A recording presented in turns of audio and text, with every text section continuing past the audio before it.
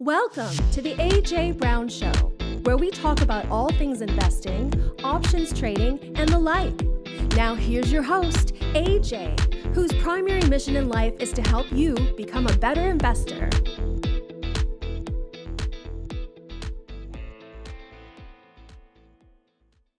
All right, ladies and gentlemen, welcome back to episode 202 of the AJ Brown Show.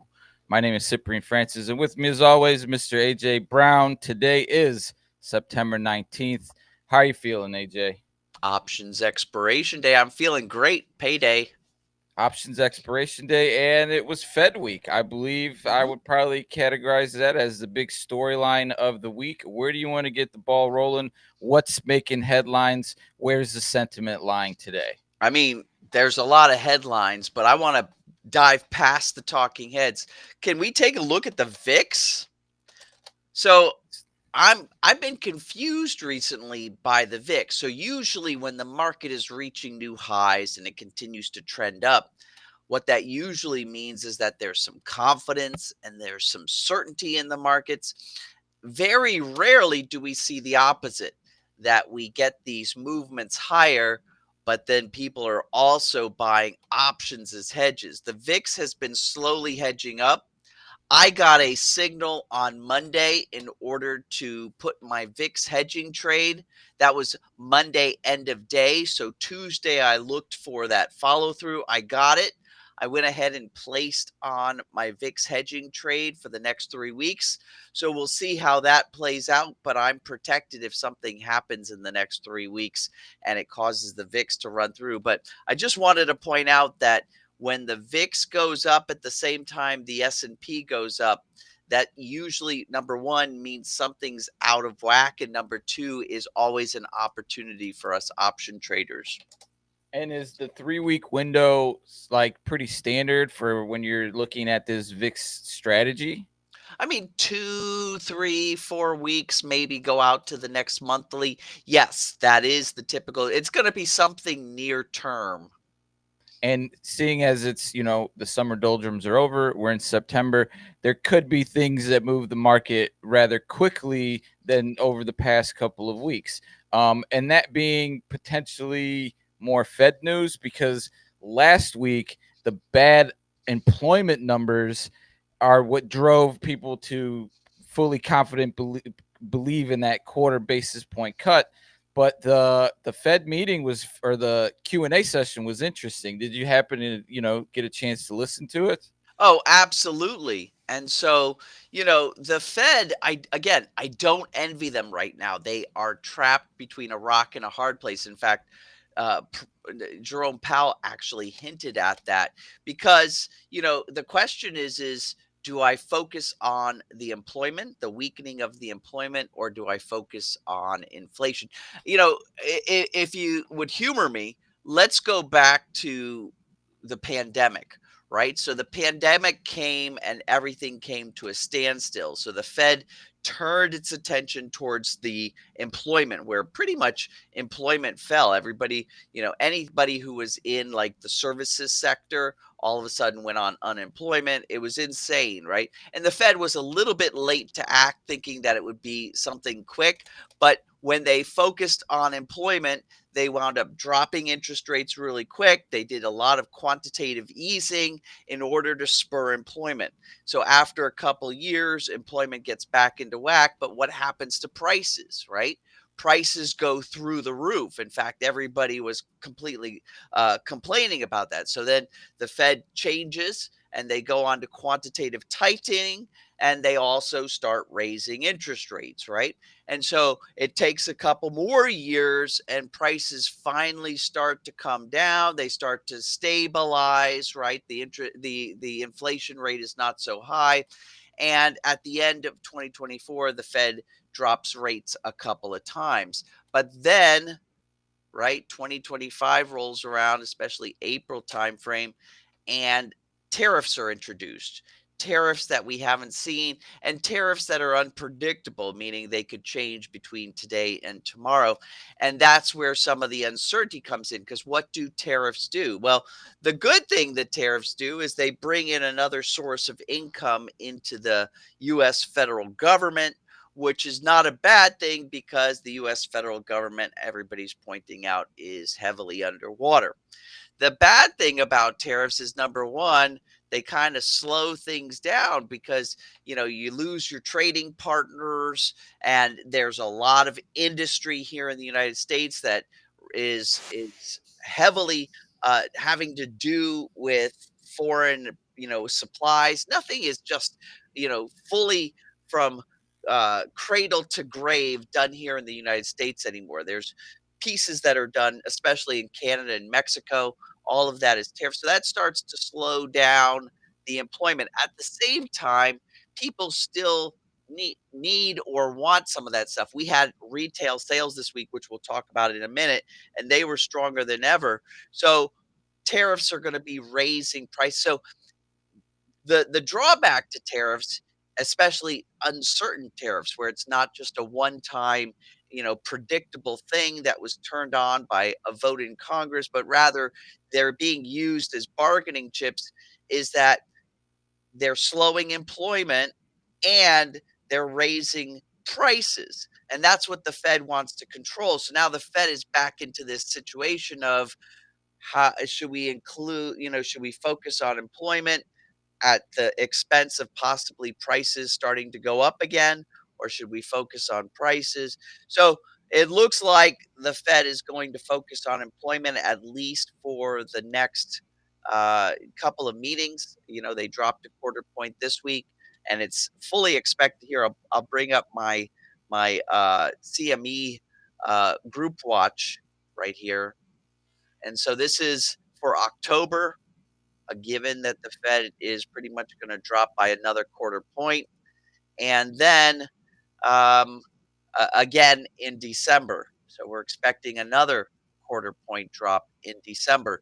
So, but the Fed is going to be quite measured because, again, we don't know how these tariffs are going to play out. We heard that while Trump was in the UK, that there could be a call with the Prime Minister of China, Xi Jinping, talk about trade, talk about TikTok, right? Talk about all of these things. TikTok is on its fourth extension that Donald Trump, it was made law that TikTok would be disassembled here, but Trump keeps extending it. He's kicked the ball down the road a fourth time. TikTok is a big mover, although I think a lot of people are moving over to Instagram and such. Anyway, there's still a lot of uncertainty, and so I do not. I was born and lived.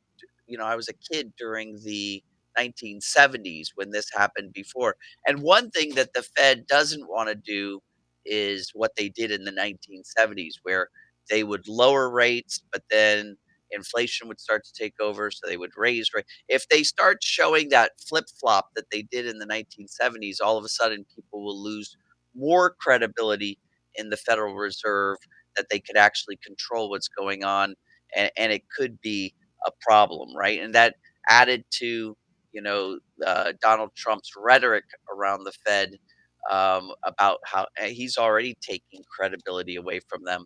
So I do not envy any of those folks, but they've got a hard job to do. Yeah, and the main takeaway I think was positive. The market did continue to stay up here, Yep. near these highs this But week. people are hedging with those VIX trades, and also the price of gold pegged towards its all-time highs. People are a little bit on the defensive, Sip. Yeah, and when I was watching it, there were two takeaways that I had, but the first was, yeah, we don't like inflation and employment's looking bad, but we kind of got to decide which one is moving away from our mandate the worst, Faster, so that we right. so that we could address it. And it seems as if the flavor is employment this week. And then when reporter, I thought, asked a wonderful question. He was like, okay, so the inflation numbers don't look bad, but you're still forecasting 2% in 3 years ago. And he was like, didn't you guys forecast 2% inflation 3 years ago, and we're still not getting there. So you're just continuing to extend this when we're going to get back to our 2%. And I think you brought it up a couple times. We may never see 2% again. And at some point, when is that going to become like a topic? Because I think the next time we get inflation numbers and they're really bad, like that could be kind of an interesting day in the markets. Yeah. I mean, when prices start to get out of control, people get a little bit upset. And it doesn't the employment numbers were somewhat stable, right? We were still focusing on inflation up until, this rate drop. And if you think about it, we were, here's the demand for the number of jobs, right? And here's the supply of workers. Well, the other cool thing, I mean, from an economic standpoint, is that ICE has been totally exporting people. So the amount of supply of people has been reduced by the fact that we've been getting here in the States, the workers have been getting exported. So we've had this cool balance. But all of a sudden, even though we're getting rid of folks that are potentially not supposed to have jobs here, all of a sudden now the jobs have shrunk even faster than the supply. So when you have less jobs than you have supply, even though you've been working on reducing the supply, yeah, those employment numbers start to unemployment numbers start to shoot up.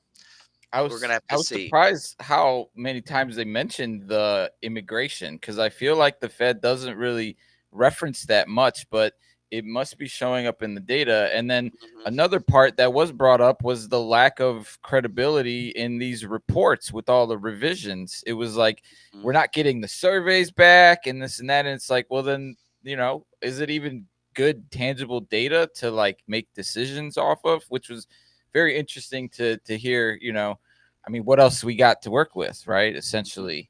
Okay, so let's go ahead and see how that really affected the market. So went ahead and brought up this S&P for you, but Yep. we're still at these all-time highs. We are, but I want you to take a look, Sip, at the price action day to day. These bars where we have the open and close prices just about at the same place. You have this movement up, you have this movement down. Or if you take 2 days right next to each other, here's the open, we wound up going higher, and then we opened higher and wound up, if you look, this open on Monday was just about at the same with the close on Tuesday. And then on Wednesday, the open and close were just about the same. On Thursday, the open and close were just about the same. Today, we had a gap up, but look at where we're trading right now, just about where we closed yesterday. This is why I'm feeling like people are hedging with gold, hedging with Bitcoin. Bitcoin is edging a little bit higher towards its all-time highs, and people are buying options. There's these bars, even though we're reaching all-time highs, these bars are some of the least confident trading days. I don't think I've seen a confident trading day since last week, September 11th, right? Other than that, and maybe September 4th. Otherwise, every single day has been these doji bars. These are just investors uncertain about what's going on. So yeah, you look at close to close and you say, okay, we're hitting all-time highs, but when I look at the micro data, all I feel is all I see is a lot of uncertainty in investors, and they're taking precautions. There's plan Bs and plan Cs and Ds even happening with investors. I did see that the Russell has been performing pretty well this week. Yeah. Maybe meaning that the smaller names are finally starting to catch the wave, because we did mention the like discrepancy in some of these big names kind of leading the market, but that could be taken as somewhat of a positive, right? Yeah, I think that there is a lot of renewed, um, if you will, share the wealth happening. I mean, look at the big news about Nvidia putting in some money into our Intel. A lot of my premium sellers were surprised this week because they were in these premium selling trades on Intel because Intel's been staying pretty boring, pretty sideways. All of a sudden, Nvidia announces this huge influx of cash into Intel. It's like, oh, the hot topic is going back to the boomer. It's like almost like the Gen Z is interested in the boomer. And so Intel jumps up, and a lot of my premium sellers got exercised out. We wound up taking the constant while not being able to take advantage of the big pop. But who would have known this surprise news that Nvidia would invest in Intel? But I feel like a lot of these smaller Russell companies are getting the big companies that have the $1 trillion market caps, or $500 billion market caps. Microsoft, all these companies are starting to spread the wealth a little bit to keep the business sectors up. So yeah, I saw that too. Yeah, and it's funny that you mentioned that because this is a tweet from the president himself, sitting at his desk with the ticker symbol Intel, and he's just. You said who would have known? I think some people would have known, and the American people who invested in Intel are, we should be happy collectively. No. Yeah. I mean, not a bad win, but also, somewhat unexpected, especially since if you remember in the CHIPS Act, Intel was the winner in the CHIPS Act, and then the CHIPS Act was kind of discredited as the new administration moved in. But then all of a sudden, Nvidia is interested in Intel again. And don't forget, Intel was onshoring a lot of its chip manufacturing.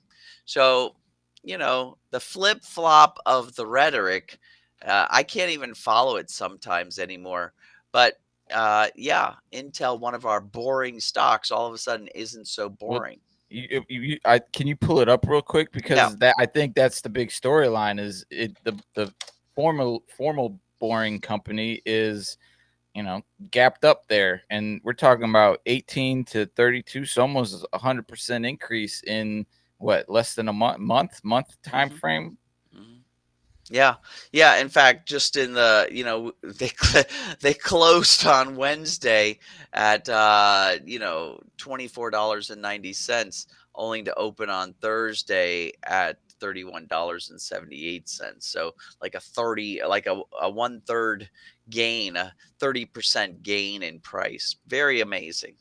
But this is a name that is not on your watch list. It's just kind of like, you're hearing the news and watching the reactions. No, Intel has been on our watch list because until Wednesday, it was sideways channeling, boring as anything. And like I said, we were selling premium on it because we expected it to continue to just go sideways as it has. Like if I look at this is, 6-month chart, but if I look at, for instance, a 2-year chart, it's been in this same sideways movement since it was announced in the CHIPS Act. We were selling premium this whole time, Sip, since August of 2024 until August of this year. We were just, collecting premiums, boring stock, making our money every time it topped and bottomed, rolling in out of collars. And then now it's popped up again. Although we'll see, because Intel, it gets these little bursts of news, and then it falls into that channel again as, investors take over and they are like, oh, well, we bumped up. Now we're going to be trading between 30 and 35 instead of 20 and 25. So we'll see what happens. What we like to do here at Trading Trainer is let the new trend establish. We look for tests of lows, tests of highs, and once we've got a couple of each, we then start trading it however it makes sense. I think a positive takeaway is we want American chip companies to succeed so that we don't have to rely so much on, some of these foreign nations to really help develop these specifically tech, Taiwan, right? yeah, that we rely, like a lot of our other technologies rely on, these core assets. You did mention retail sales. Mhm. Was there anything in that report that caught your eye? Because in theory, if the economy's slowing down, shouldn't retail sales be kind of showing us that? Or Well, and now this is retail sales for August. And of course, who knows what this drop in Fed fund rates might do? We might see an uptick in car sales. We might see an uptick in home sales. We might see an uptick in credit card usage, which is usually the most direct benefit of having the Fed drop its rates, as you see credit card rates go up down the quickest. So yeah, but for August last month, retail sales came in much higher than expected, about twice as much as we expected, and just a little bit, but the prior number was revised as well. So they actually expected a little bit of drop in retail sales in August. Instead, they got an increase. And then when you factor out vehicle sales, right, because vehicle sales can be somewhat volatile, we see a pretty large jump in buying of everything else. So that's not a bad sign. I like to look at retail sales because that's usually the first thing that collapses when prices start to get high. The other thing we got was industrial production. And industrial production, they were expecting in production to decrease, right? And instead, it increased, and it increased more than expected, right? So, you know, not a bad thing for industrial production to stay constant, even with tariffs and all this. The big thing is tariffs is a big unknown. We don't know. We know that the federal government is collecting money, but we don't really know because they haven't stayed stable for long enough yet for us to see what the effect is on the economy. You almost have to set them and then stop changing them and let them settle in and then see how, businesses deal with it and how it actually plays out. You don't, you make changes in as big the US economy is so big. It's like a big tanker going through the ocean. And you can't make these little moves like you would do with a tugboat, right? Because you don't really see how it changes. So, if you do these like quick moves, you don't really know what's going to happen. You have to keep the steering wheel straight for like a couple of years. And not only that, the US economy is so big that it actually affects the world economy. And so the world economy, if you imagine the world economy is the ocean sip, you're moving both the water and the boat when you start to make these moves. So the answer is you kind of got to do some settings, and then you got to take your hands off and go for like 18 months, 2 years, and then you could start to see how those changes have made. So it's very difficult when you're making a bunch of micro changes from April, and some of them aren't so micro, man. Sometimes he's like slamming the foot on the gas, and then the next day he's slamming his foot on the brake. I mean, it's like you're driving a huge oil tanker, and you're expecting, folks to be able to make these like rudder adjustments based on your movements, but you're not staying still. You're not, you're not, you're not keeping the rules of the game straight long enough for everything to kind of gel into place. So, you know, it's and I, interesting. and I think a good way to also think about that is there's 380 of us citizens on that tanker that are just swaying when things go one way or another. We're just fighting to hang on. So with those changes and those recommendations or suggestions, we do have a new segment on the show, the morning sip. This morning sip, The morning and sip. we were gonna go into another topic, but as we're having our conversation, I'm thinking to myself, we should steer this another way, because obviously President Trump affects a lot of things, a lot of I'm the having my tariffs. morning sip. the tariffs being one.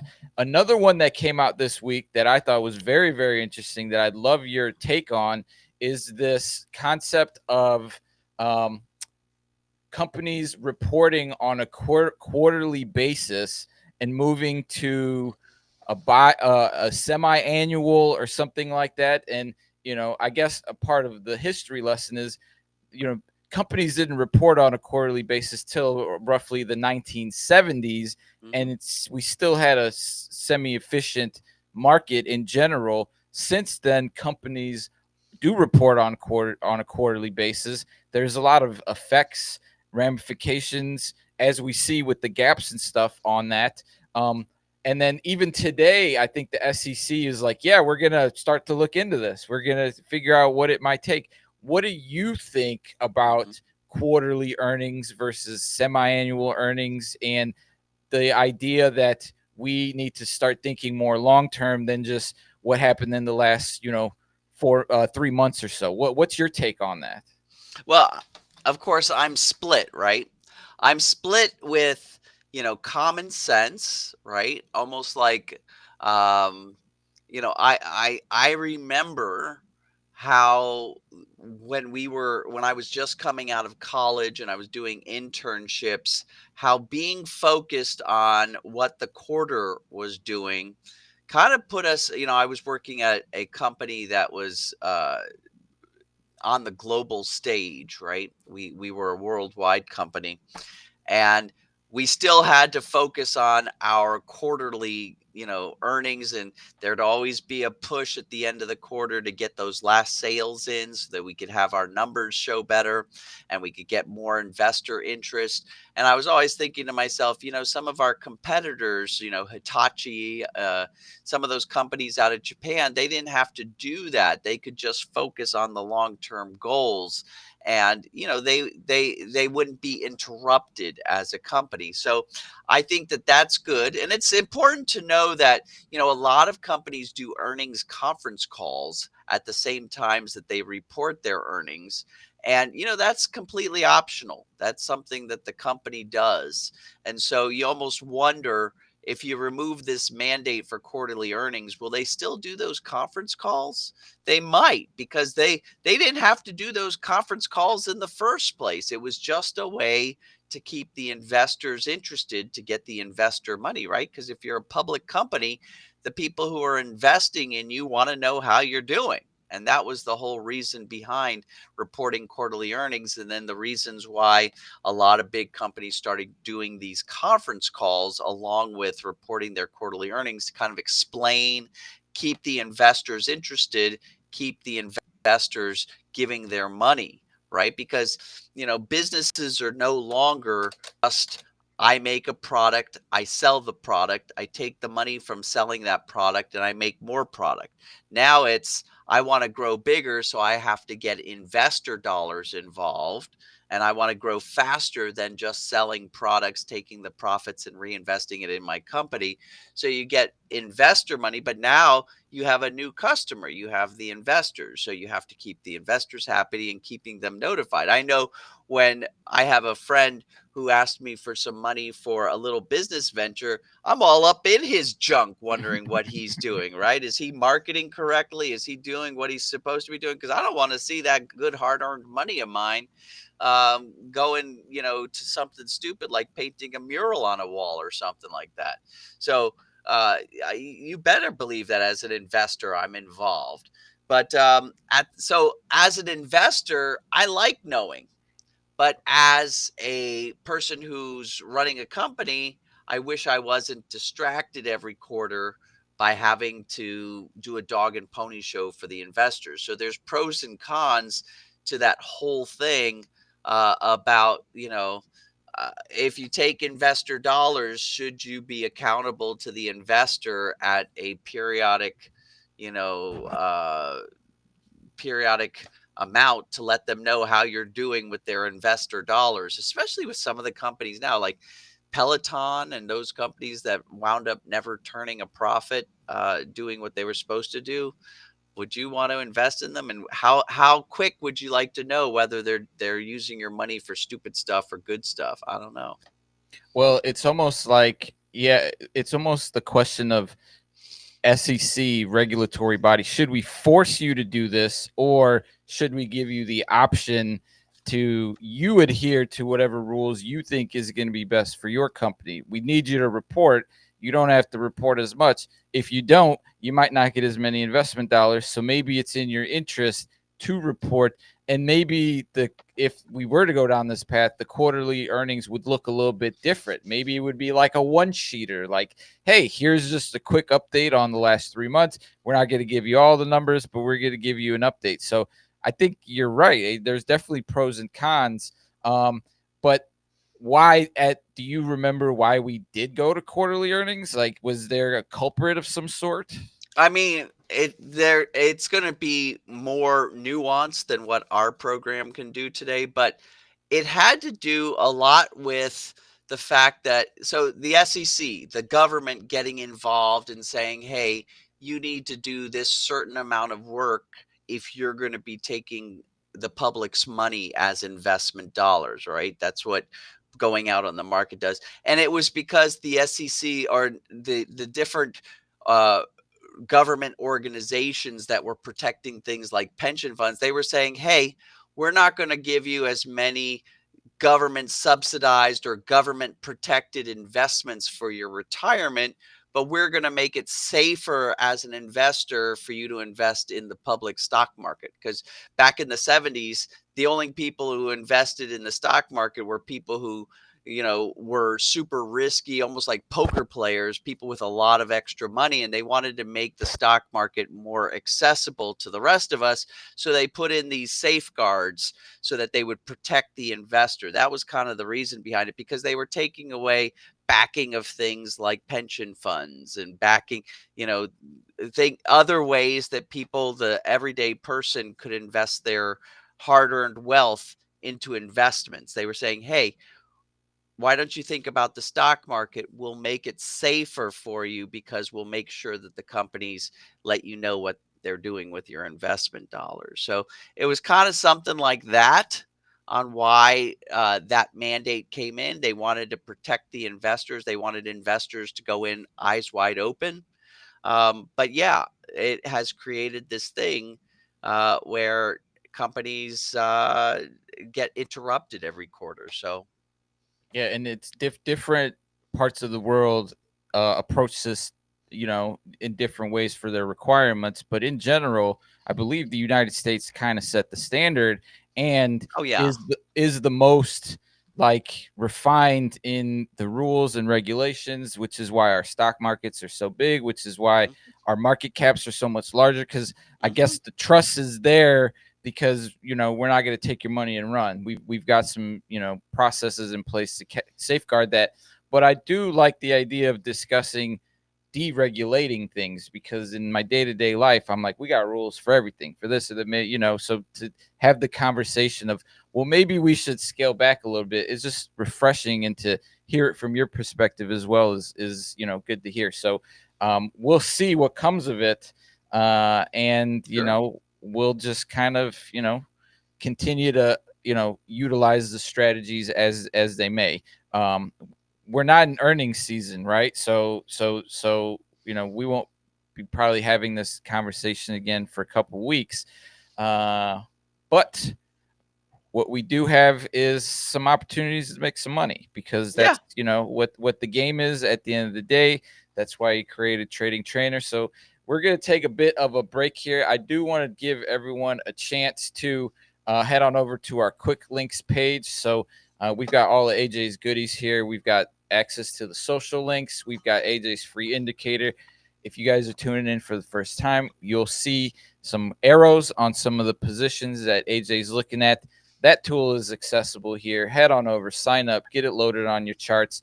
We've got more about Trading Trainer as a program. We've got some coaching details and, all sorts of goodies. So if you're interested in any of this stuff, head on over to that link, sign up, and we'll get you the info. Otherwise, we're going to take a short break here.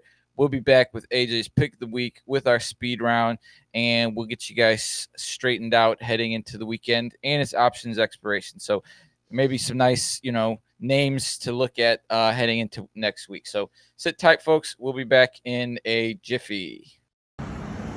I get it. You're afraid of trading in the markets. Guess what? I've got your answer. I've got 4 strategies I'm going to give you along with the tools to make it super easy. I'm going right home, giving you the webinar. I need you to sign up below and meet me in a few minutes.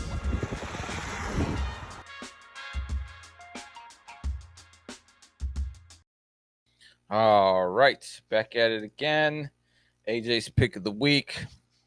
I got to look this company up because I feel like they've changed their name. Or so your pick of the week this week is ArcelorMittal, ticker symbol MT. You know, where's this coming from? What do they do? Let me get caught up here. Boring stock. They're based out of Europe. I believe they're a Netherlands company, but you could correct me on that. Metals, just metals. They've got steel and iron ore refining and mining all over the world, but they're in the business of metals.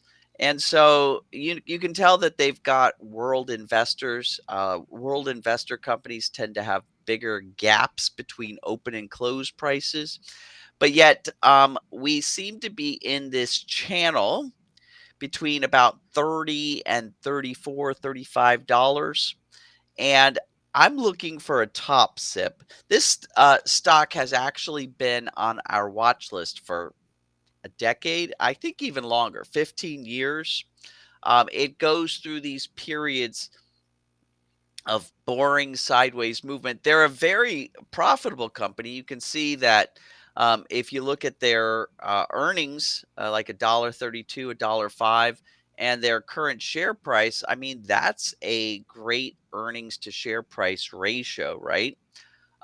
So they're a good company. They produce stuff, and we as humans use stuff, and they have a very good business on that.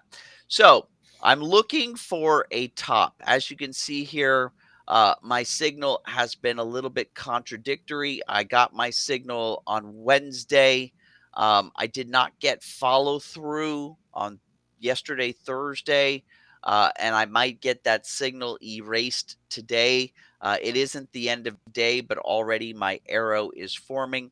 And one thing I'm going to do is I'm actually going to tweak my fast MACD indicator. Remember, the fast MACD is a 6 for the fast length exponential, a 19 for the slow length exponential, and a 3 for the MACD average length, also exponential. But I'm going to tweak it. I'm going to calculate those prices not on the bar's closing price, but on the volume weighted average price. And so that gives me a little bit of volume. You can see it didn't change the arrows much. Some of the arrows over here went away, but these 2 arrows are still there. It just, if there's, it makes sure that there is some volume validation in the arrows by using the VWAP as the calculation price. So if I can find a top, so I want to make sure I get my top signal. I want to make sure I get my trading day follow through. But if I get my top, I'd be all over either shorting this stock, right? Shorting is where you sell it high and then you look to buy it back low. I could either short this stock or I could use a put substitute. So the put that I picked, I went to my options lookup tool, which you can all have access to as well by signing up for those free indicators. I went out to the March 20, 2026, and I looked down here in the put area, and I'm looking for, when I'm looking for a substitute option, the first thing I'm looking for is that the price component is less than 5%. So this one works for me right here. And I also, I'm also looking at the bid-ask spread to make sure it's not too far apart. And so this is not too far apart. Now, I know a lot of you would say, well, what about the open interest being 0? So open interest is, of course, the amount of option and stock shares, in this case, option shares or option contracts that are in circulation. I'm actually more interested in the bid ask spread. And the reason is because that tells me is if market makers are actually in there ready to complete the transaction. So I don't necessarily need to have the open interest. It doesn't hurt to have it, but I'd rather make sure that my bid ask spread is close. That's more important to me. So yeah, I'm looking at that March 20. I know that in my notes, Sip, I wrote down the $20 put. I think I meant to write down the $45 put. So I'd use this particular right here, the uh, MT March 2026 $45 put as my substitute. And then I could do a cash trade instead of a margin trade to get this started. Yep, that's probably as boring as it gets there. Steel manufacturing. However, with the correct parameters, that's what you want. Like that's one of the characteristics of limiting your risk, maximizing your reward. Creating that consistent profit. That's what I'm looking for. Yeah, so if you're watching and you want some more high flying stuff, you might get a jolt out of some other YouTube channels, because over here we're steady wins the race, and that's been a message that we've been harping on, and some of our guests as well have been mentioning. But that's AJ's pick of the week, ArcelorMittal. I hope I'm saying that right. Ticker symbol MT. We'll bring it up in a couple weeks, see if this one panned out here. Yeah. The big thing with this one, Sip, just to re-emphasize for everybody out there, don't do anything until you get the good signal. Don't just do it because it looks like it's at a top. Make sure you get a good signal saying that the top has been found. Yeah, we might, because it's options expiration, checking in on this Monday, Tuesday, Wednesday might not be a bad idea. All right, cool. So we've got a couple names from our lovely fans and viewers from around the world. Today we're going to start in the energy space. So this is Bill out of Denver, Colorado, interested in U.S. Natural Gas Fund, ticker symbol UNG. Is this an ETF? Mm-hmm. And it's one of my favorites. It's on my watch list all the time. And it definitely is cyclical because, the natural gas is one of those commodities where there's, especially here in the States, a lot of it. A lot of it is still just burned off because they don't know what to do with it in the refining process. It looks like, I see what you're seeing, Bill. It looks like we found a bottom towards the end of August, and we moved back up. We got this signal, but it doesn't look like we got any follow through. So we got an end of day signal on September 11th, but no follow through. We got a signal yesterday. I'm not sure if we're getting follow through. Bill, you're looking for a top here, I think. Unless you got in, it looks like when it bottomed out on August 26th, we got good follow through probably on August 28th. Did you buy some of this ETF or buy a substitute call back then? Because if so, you're indeed waiting for that opportunity to now sell a call and buy a protective put. If you haven't yet, then if we find our top here, you'll want to, short the stock or buy a substitute put option. A lot of people are, they're quite overwhelmed by selling premium. They're like, boy, AG, this seems so complicated. But when you lay it out, it really isn't. When you're at a top, what do? You wind up selling calls and buying puts. That's what it comes down to. You sell calls and you buy puts. When you're down at bottoms, you do the opposite. You buy puts and you sell calls. And it's just kind of letting these stocks that go between tops and bottoms, you let the near-term premium expire with its deadline, but you wind up just rolling in and out of these transactions. Down here, you're, like I said, you're selling puts and buying calls. And that's as easy as it is, right? Down at the bottom, you sell puts, you buy calls. Up at the top, you sell calls, buy puts, and you just alternate as the stock forms tops and bottoms. And that's what I would do here. I would wait till a top is formed, and then when you're at a top, if you have your initial covering place, sell calls. If not, then let's buy a substitute put option, or you could short stock, right? One of those two things. I think that you're onto something. Just wait for the signals. I have a silly question, but heading into like the winter months, does the demand for natural gas like naturally increase because it's cold? Yeah. Let's take a look over the last year or even 2 years. You know, every time the winter months come around, actually, that was May, June. Here's the winter months, and here's the winter months. Whenever there's a spike in usage, there's typically a little spike, but you know, for the most part, natural gas has for the longest time traded between about $12 and $22, and you could sell premium the whole time it's in that range, even if it's going up and down between $12 and $22 every cycle. You can see that there are these sub movements, even though you've got like spikes. Let's see if I can get my marker up and running here without messing things up. You've got these big spikes, and it looks like it goes like wah, and then winter time, and then down for summer, and it's got that. But notice it as well. We've also got this stuff going on. Da da da da da da da. So it's these little spikes that you can sell premium on, even though it's got those big spikes overall. So this is a great fund to go ahead and sell premium on, because you can, every time you get one of these little spikes, you can make a little income off of it doing a collar trade. Yeah, and that's it's part of one of the strategies that if you guys are new to the show and you want to get a little bit more in depth on, they just got a wonderful workshop there, kind of break down, you know, how to get the ball rolling with some of those premium strategies. So, U.S. Natural Gas Fund, ticker symbol UNG. We'll keep an eye on it. We talked a little bit of retail earlier. Marie from Pittsburgh, Pennsylvania wants to know Kohl's, ticker symbol KSS, large retail department store, looking like they're making a bit of a comeback with the chart.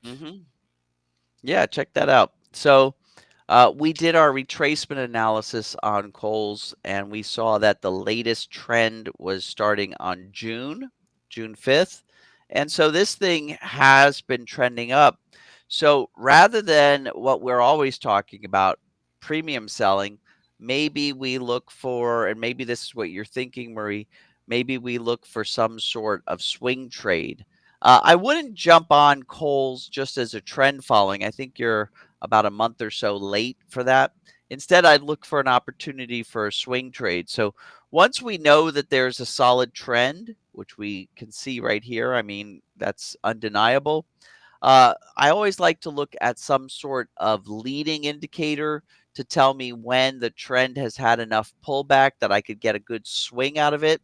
My favorite, I think, is the Williams percent R, good old Larry Williams.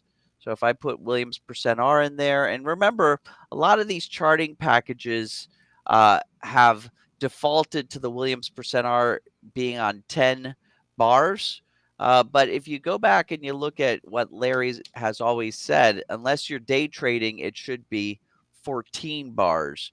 So I like to go ahead and set it to 14 bars, and I like to bump the thresholds for overbought and oversold all the way to the extreme. So -10, -90.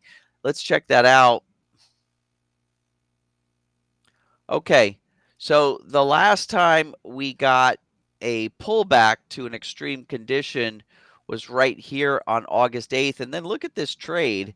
I'm using the fast MACD here, but you could also use something as simple as a close above the 7-day or below the 7-day simple moving average. But look at this entry. Follow through would have been on August 13. Fake exit, false exit, true exit. So it looks like if you got in, the underlying stock would have been about $12.50. The exit would have come around $16. So $12.50 to $16 in roughly a month's time. but that's using the stock, right? If you used an option, that $12.50 to $16, let me just pull up my calculator here. If 16 minus 12.50, that would have been about $3.50 of profit, or about a 28% ROI if you did this trade on the stock. If you leverage an option, right? An option usually at a minimum has a 3-to-1. You're talking about doubling your money in a month on this. So I would do that, Murray. We've got this great trend. We already had one swing trade. I'm going to wait for the Williams percent R to pull back again, just like it did in August. Wait for it to come all the way down below 90, and then use either your fast MACD or even something as simple as a close above the 7-day simple moving average to tell you to go ahead and jump in on the swing. Leverage an option 3, 4, 5, 6 months out for expiration, maybe 1 or 2 strike prices in the money. And I think you'd have a nice swing trade there on Kohl's. Just make sure the leading indicator has pulled back enough before you fire the trigger on this. But Kohl's could definitely pull out to be a great swing trade. Yeah, interesting to see them doing so well. Just as a brand, seeing as how retail has been really hit or miss, in the past couple of years. I mean, so in my household, Sip, we love Kohl's Cash. What is that, like one of their coupons? Yeah, Kohl's Cash is one of those, frequent flyer incentive programs that the different stores do. You get your Kohl's Cash and you go back. It causes you to keep going back to Kohl's, and you get Kohl's Cash after you've made a purchase, which makes you want to go back and buy more, right? Well, there we have it, folks. Marie, Kohl's, AJ. I think you might have pulled your mic a little bit too far back. Sorry about that. Is that better? Yeah, much better, much better. All right. Hopefully that was helpful, Marie. Our third and final name in our speed round. We're getting ahead to the Midwest here. Danny out of Detroit, Michigan wants to know, there's a play in Yeti, ticker symbol YETI. We like Yeti. That we feature often. They make those fancy coolers, among other things, right? Mm-hmm. Yeah. Oh, their product line has spread big time. So the reason why I was quiet for a second is I'm looking. Yes, we like Yeti because Yeti's been a great premium trade, but look at what's happened over the last month, Sip.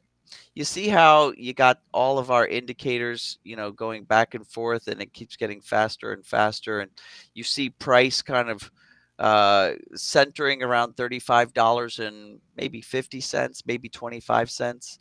But it's consolidating, right? We call this a consolidation or a converging channel.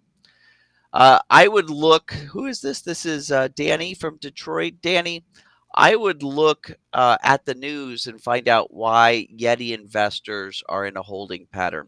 I'm sure there's some tidbit if you go to any of the financial sites and type in the ticker symbol. I like finviz.com. I'm not affiliated with them in any way, but if you go to finviz.com, type in Yeti into the search, it'll give you all the latest news headlines that have to do with Yeti. So check out what's going on, why Yeti has been consolidating like this.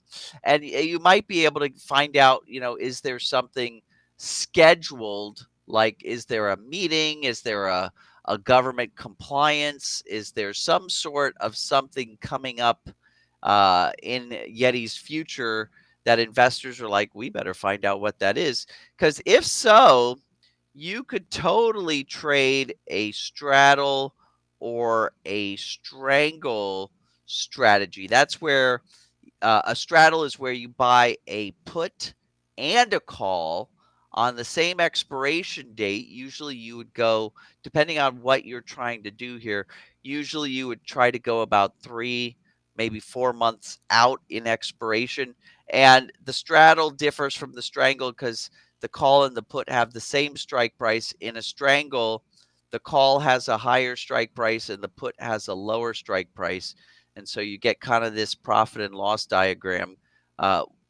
6 of one, half dozen the other. Definitely want to research straddle or strangle usage, but it's used for when a stock is consolidating and will then break out and you're not sure which direction it'll break out. You only know that it's consolidating and it's either going to break out up or break out down. Using a straddle or strangle, it's like kind of like voting on red and blue on the roulette, red and black on the roulette table. You're going to win either way. So that's what I would be thinking about Yeti. What I don't want anybody to do right now is get involved in a premium trade. Stock is telling us not to get involved in a premium trade. And if you are involved in the premium trade, either this is the point to take your profits, cash it out, or make sure your collar is in place. If you've got your collar in place, your premium trade self-adjust. If there's a breakout, the premium trade will take care of itself no matter which direction it breaks out. So either cash it out, collar it out.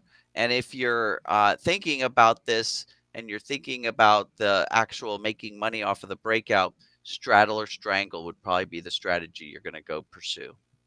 Awesome. Hopefully that was helpful. Danny, Yeti, they make those fancy coolers. Maybe your mug today, AJ, I don't know if that's a Yeti mug, but it looks similar to the type of products that they put out. But that's our speed round. Some breaking news, AJ. While we're on the show, President Trump completed his phone call with Xi Jinping, I believe, and it seems to be positive. Let's go ahead and read it. I just completed a productive call with President Xi of China. We made progress on very important issues, including trade, fentanyl, the need to bring the war between Russia and Ukraine to an end, the approval of TikTok, and also agreed that we would meet at the summit in South Korea. I will go to China. Maybe he'll come to the U.S., but overall, I would say that the takeaway here is that we're starting to find a medium of healthy conversation with China. So I could imagine that being good for the market in the sense that we want to work with China. We get a lot of stuff from China. We want to address those tariff stuffs. With that, any thoughts? The one thing that I also, you guys take a look at FedEx and UPS over the next days.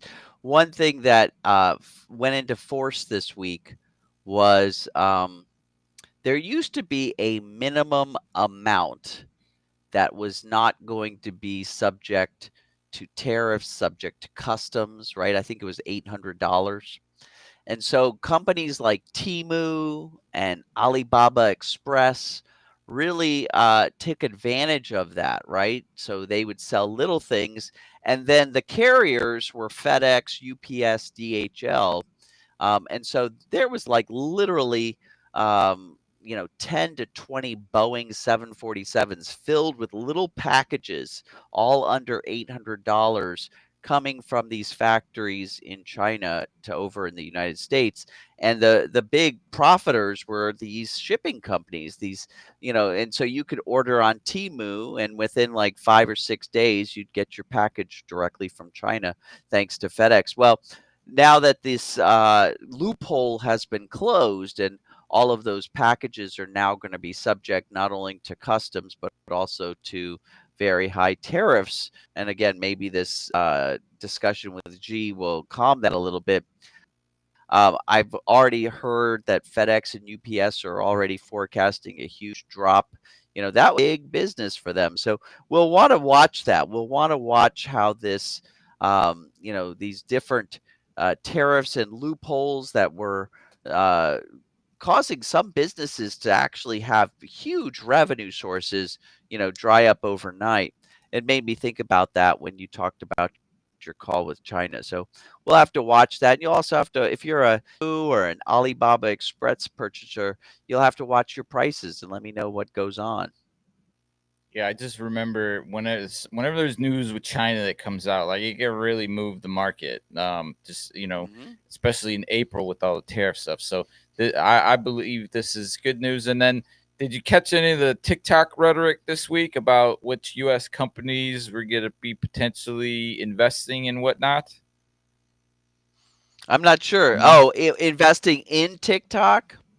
Yeah, so Oracle is it was one of the big names, but it seems to be making progress in that they would create a new version of the app in the US, that they would be licensing the algo from the Chinese entity. And from what I saw, I could see it being pulled off, that TikTok be divested and become a US entity, and us consumers not really even know the difference, other than, which I think is important, the data. The data is going to be housed here, not in a foreign country.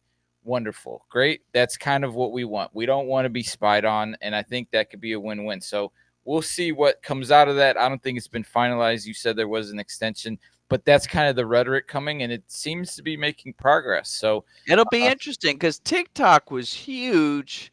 And then I've seen like even a lot of the influencers moving to different platforms. So it'll be interesting if they do figure out a way to keep TikTok. Will it have a resurgence, or will it kind of be like, a Snapchat or a MySpace, where it kind of just dies and has just the core folks, or it becomes kind of a niche product? We'll see. I tell you, my quick takeaway on being on TikTok and being a social guy is sometimes they just put too much stuff in there. Like when I go into TikTok, I get notifications for this. I got live, I got shopping, I got AI, I got AR. I'm like, I just want to watch videos. Like I don't want all this. I just want to watch people dance. And I think that's where Snapchat went wrong, because Snapchat was very popular for a while, and then you go in there and you're like, I don't even know what I'm doing anymore. There's so many options. So too many things. Yeah. All right. Options expiration heading into the weekend. Anything on the horizon next weekend that we're going to be keeping an eye on that we haven't necessarily touched on today? I mean, I don't think so. I think that every day brings in a new, it's governance by tweet. So we'll just have to keep watching the X platform, watching the Truth Social platform, see what comes out next.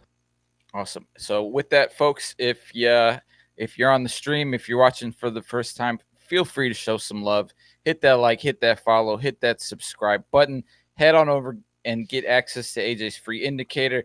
Learn more about the Trading Trainer program. Check out some coaching and become an active member of the community. We certainly do look forward to seeing you in there and commenting and whatnot. That's all we got, I believe, AJ, for September 19th. Heading into 2202. Feeling positive. I think it's good that we leave on that note. So thank you, AJ, for your lovely insight and time as usual. And thank you to all the beautiful, wonderful folks out there for joining us. We appreciate you guys as well. We look forward to chatting again next week. Otherwise, stay safe. Have a good weekend, everybody. Bye. Thank you for tuning into the AJ Brown Show. If you're interested in learning more about AJ and his investing techniques, head on over to tradingtrainer.com and create your free account today. And if you're not already a subscriber to the show, hit